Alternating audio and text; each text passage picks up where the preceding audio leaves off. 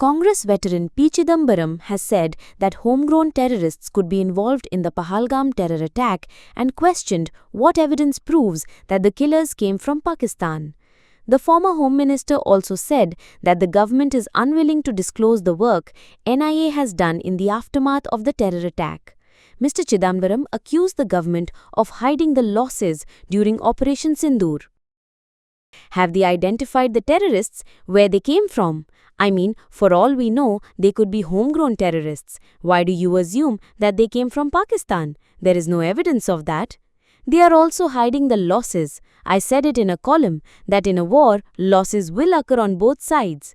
I understand that India would have suffered losses. Be upfront. Winston Churchill in World War II made a statement every other day. Whatever losses they suffered, Britain suffered, they made it plain. Therefore, they are reluctant to admit the losses. But losses are inevitable and natural in a war. So admit the losses. I think they can put a large shroud on Operation Sindoor. It won't work.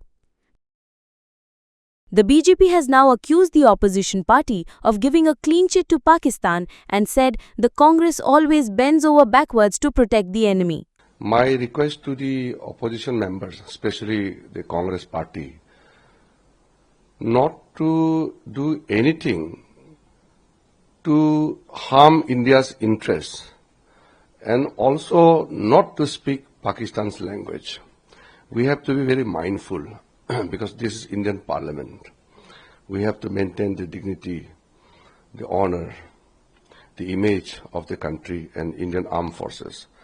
So number one, the Congress party and opposition leaders should not speak anything to harm national interests. Secondly, they should not speak Pakistan's language. Whatever they speak against India's interests, it is used by the Pakistanis, India's enemies outside. So please be mindful when we are taking up such an important discussion on Operation Sindoor. Everybody must ensure that the dignity, the spirit of Indian Army must be respected.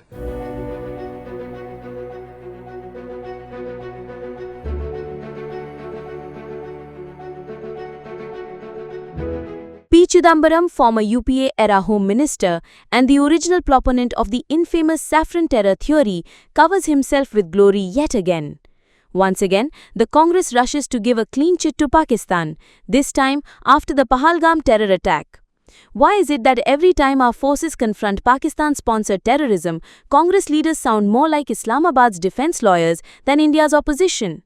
When it comes to national security, there should be no ambiguity. But with the Congress, there never is. They always bend over backwards to protect the enemy.